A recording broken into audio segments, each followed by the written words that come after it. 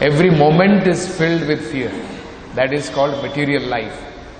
And what is spiritual life? The moment you have got benediction of the Supreme Lord, no more fear. You see? So how beautifully Prabhupada is explaining.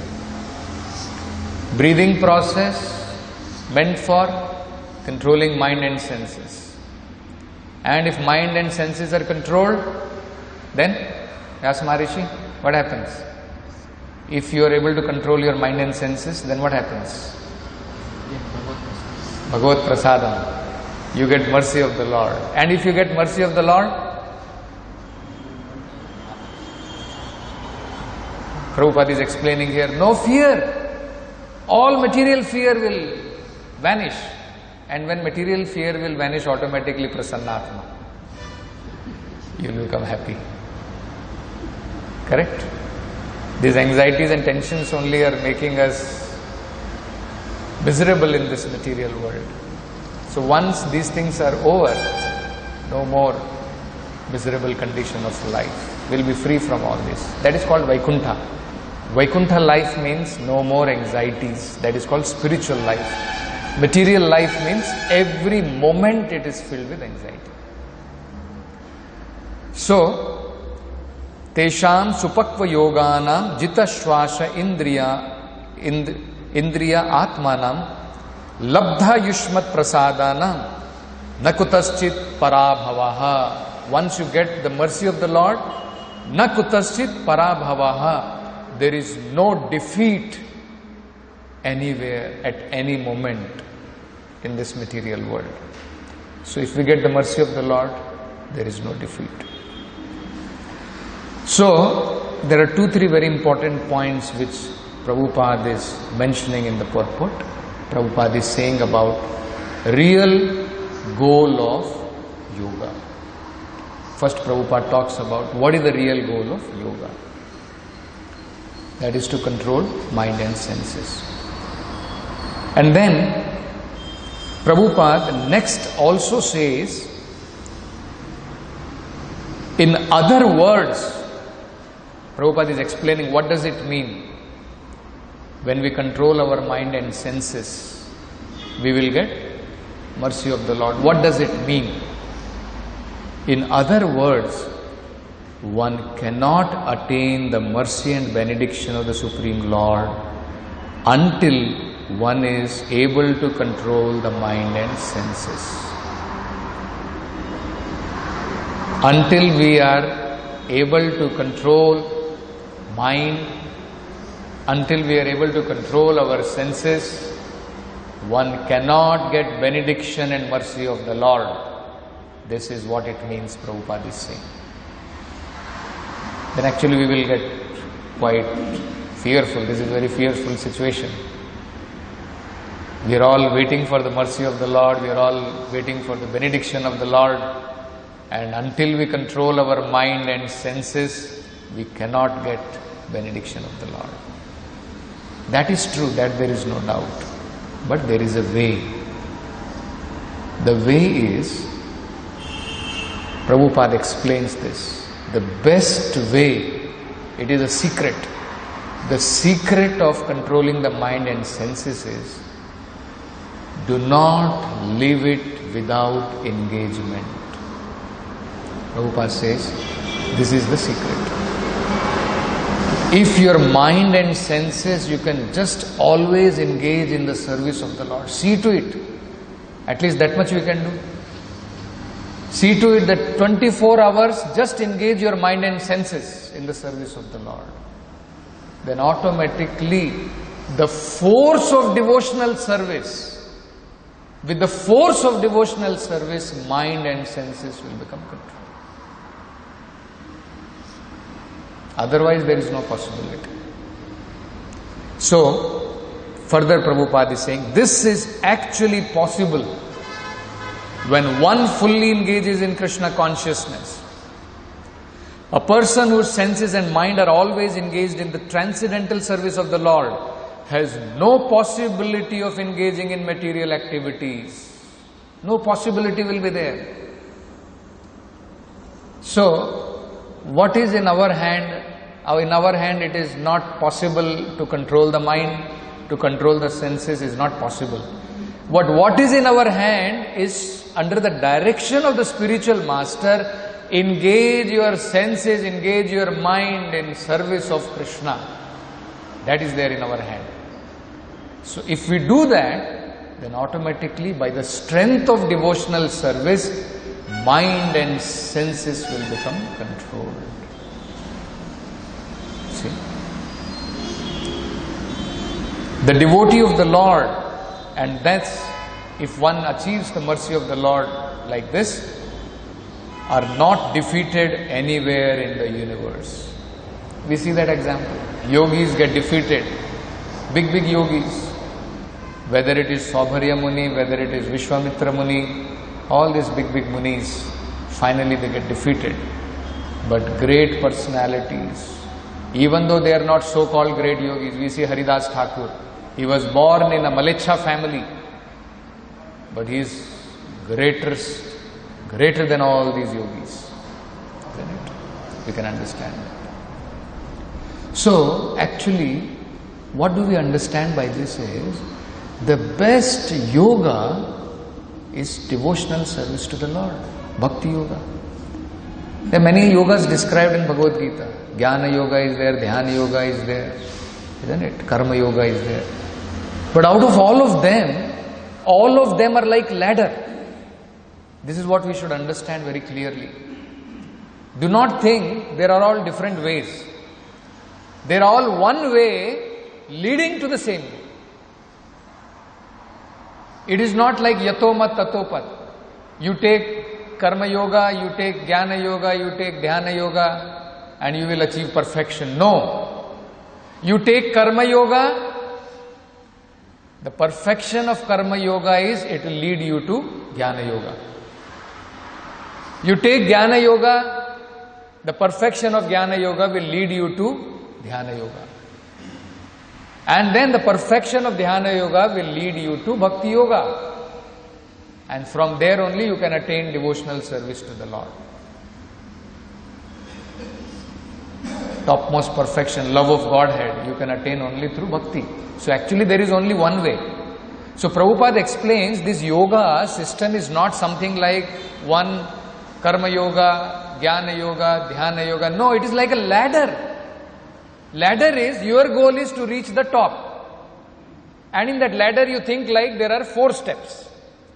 First step is karma yoga, second step is jnana yoga, third step is dhyana yoga, final step is bhakti yoga.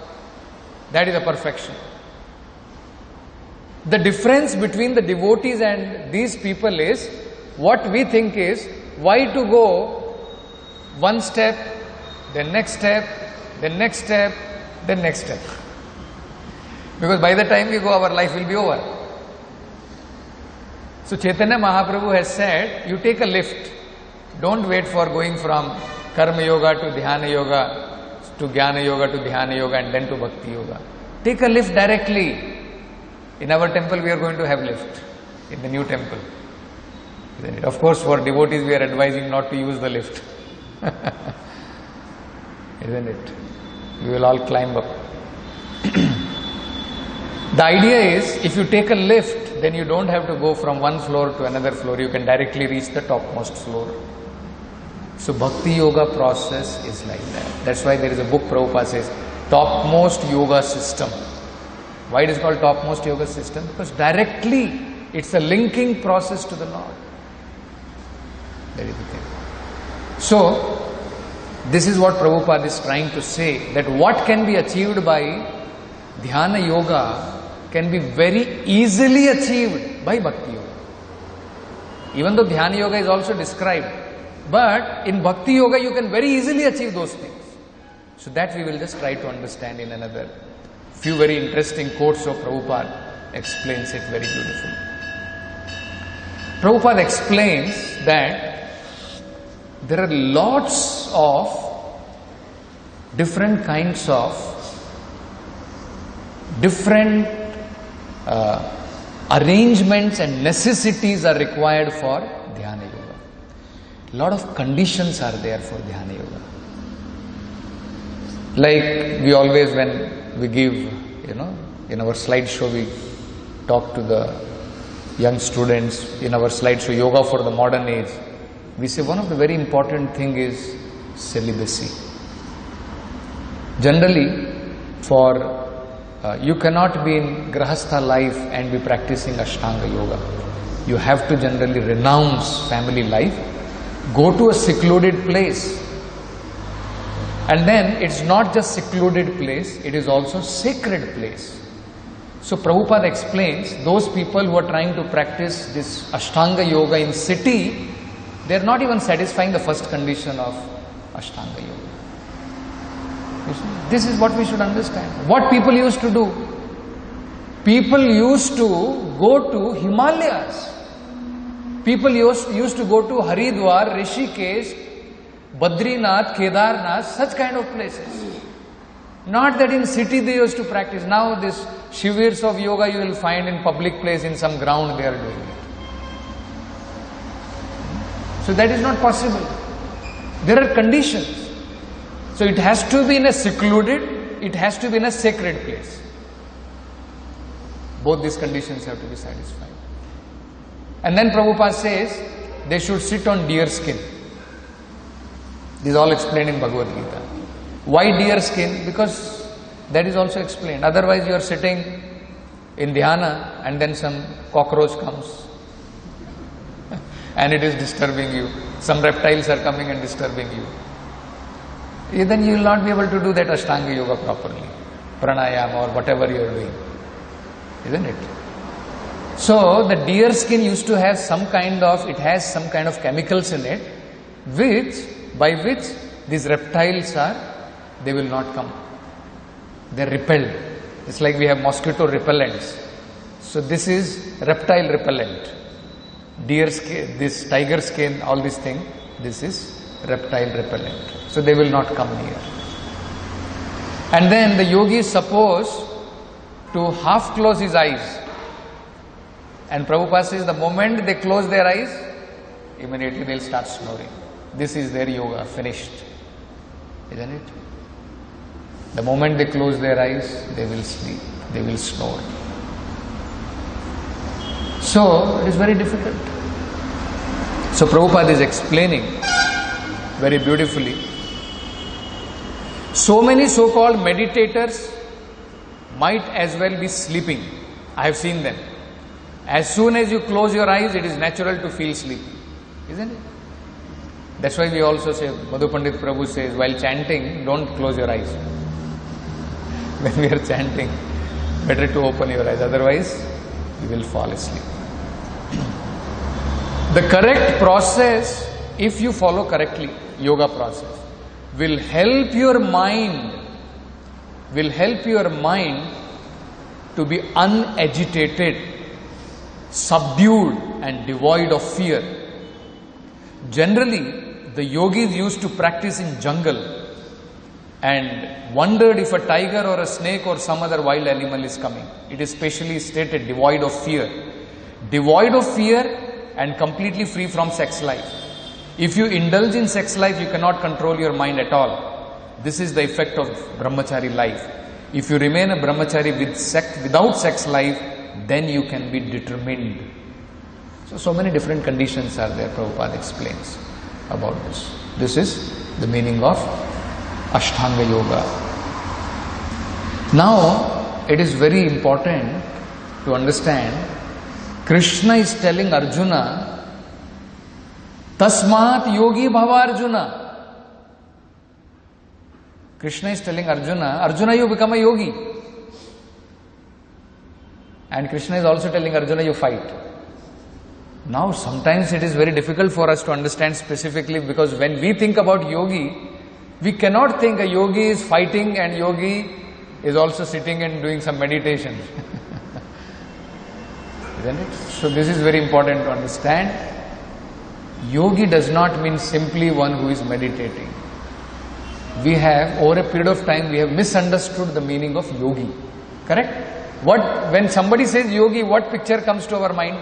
Somebody is sitting in some Padmasana, all that kind of thing. This is a modern picture of yogi. The real picture of yogi, Krishna is saying, Tasmad yogi bhavarjuna. Arjuna, you become a yogi. Isn't it? So Prabhupada explains very beautifully, this is possible only in Bhakti Yoga. Krishna is asking Arjuna, Tasmat yogi bhavarjuna. My dear Arjuna, become a yogi. But at the same time, he is asking him to fight. Now, we know yogi sits down at a place and meditates and concentrates his mind and control his senses. How can he fight at the same time? This is the mystery of Bhagavad Gita. See, this is the mystery. You can remain a fighting man and at the same time be highest yogi or even a highest sannyasi. See, very mysterious. Krishna is saying to Arjuna, you can be a highest sannyasi also. You can be married, you can be fighting, and you can still be a sannyasi. You can be fighting and you can be the greatest of the yogi. Prabhupada says this is the mystery of Bhagavad Gita. You can remain a fighting man and at the same time be the highest yogi or highest sannyasi. In Krishna consciousness, you have to fight for Krishna. If you fight for Krishna, if you work for Krishna, if you eat for Krishna, if you sleep for Krishna, if you do everything for Krishna, then you are greatest yogi. You are a sannyasi and you are everything. You see, this is Krishna consciousness. So Prabhupada says. And then Prabhupada also explains very beautifully about why mind control is very important. Prabhupada explains when Krishna is saying mind is the best friend when it is controlled and it is the worst enemy if it is not controlled. So one very beautiful example Prabhupada gives to explain why Krishna is saying like this. So Prabhupada says mind is actually like a driver. The body is the chariot. And then Prabhupada is saying, if you ask your driver to take you to Krishna conscious temple, the driver will take you there. If you ask your driver to take you to liquor shop, he will drive you there. Driver's business is to drive you wherever you like. Similarly, your mind is the driver. And if the driver takes your license, and then he will take you wherever he likes. So don't give free license to your driver. You direct your driver, I want to go to Krishna conscious temple. If you give him free license, then he will take you wherever he likes. And then Prabhupada is saying, then what happens? Then you are finished. Then your driver is your enemy. If you give free license to your driver, then your driver is your enemy. But if your driver acts on your order, then he is your friend. So actually, the yoga system means to control the mind in such a way that it will act as your friend, not as your enemy. So yoga system is meant for that the mind will not act as our enemy, it will act as our friend. Nobody is nobody's friend, nobody is nobody's enemy. It is only the behavior by which one can understand who is friend, who is enemy. Similarly, I have to deal with myself. I have to get myself out of the entanglement of the material nature. If I act in that way, then I am my friend. You see? If I am acting in a way of getting out of this entanglement, then I am acting as my friend. Prabhupada is saying, nobody is nobody's friend, nobody is nobody's enemy. But it is only by the behavior we can come to know. Correct? So, if I act in that way, then I am friend. But even after getting this opportunity, if I do not act in that way, then I am my own enemy. Others are not my enemy. If I do not act in such a way that I will get out of this material entanglement, then I am my own enemy. And if I act in such a way that I can come out of this material entanglement, then I am my own friend, or mind is our friend at that time. Then one more last question Prabhupada places. So, if mind is so important, how this mind can be controlled, how this can be brought to control? So Prabhupada says, very beautifully explains there, oh, we have to make good association. If we want to make our mind a friend, if you want to make your mind a friend, then you have to associate with a sadhu. Tasmat satsu satyeja buddhiman. Buddhiman means intelligent person. You must associate with satsu. Satsu means those who are trying for self-realization. They are called sat. Asat means those who are trying for temporary thing. And what is the result of good association? If we make good association, santaha chindanti. What will be the use of good association? Santaha chindanti. Santaha means persons who are sadhu, who are pious. They can cut off by their word our attachment to this material world. Santa evahi chindanti uktibihi. Chindanti means cut. For cutting something we require sharpened instrument. To cut off mind from attachment requires sharpened ukti. Ukti means words. So the words of great personality like Prabhupada, the words of sadhus, the words of devotees, they can cut off the attachment from our mind. Then the mind will come under control. To cut off the mind from attachment requires sharpened ukti. Ukti means words. Just as when a person cuts something, there is no mercy. You see, you would have seen sometimes you go to butcher shop, no mercy. He'll cut off like anything. Cut, he will. Similarly, the spiritual master words, sadhu's words, no mercy. They will cut off all our attachment. So Prabhupada is saying, saintly person speaks to the student, he does not show any mercy. He speaks the truth so that mind may be cut off from unreal attachment.